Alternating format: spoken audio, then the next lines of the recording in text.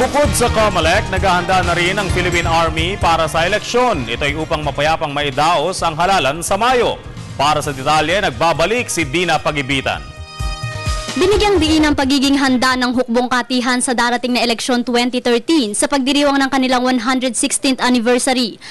In the forthcoming election this May, our soldiers will again play a critical role in ensuring peace, security, and order as citizens exercise their right to vote.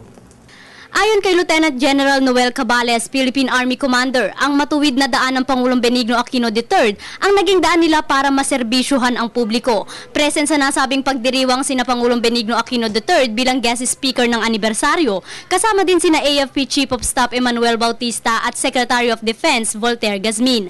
Layo ng pagdiriwang na bigyang ang natatanging kontribusyon ng mga sundalo sa pagpapanatili ng kapayapaan sa bansa at gawing national pride ang Philippine Army by 2028. Binigyang pagkilala rin ang 14 na awardees kabilang ang pinakamatandang Army na si Tranquilino Olarte Cabiling, 112 years old. Patuloy naman ang ginagawang pagmomodernize ng mga pasilidad para mahasa ang ating mga sundalo, gayon din ang pagpapataas ng kanilang moral.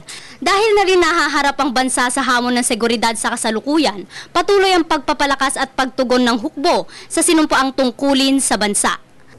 Today, as we renew our commitment to the Filipino people, umasa kayong gagawin namin ang lahat ng aming makakaya para sa maging isang magaling na hukbong katihan na maihahanay sa mga magagaling sa mundo.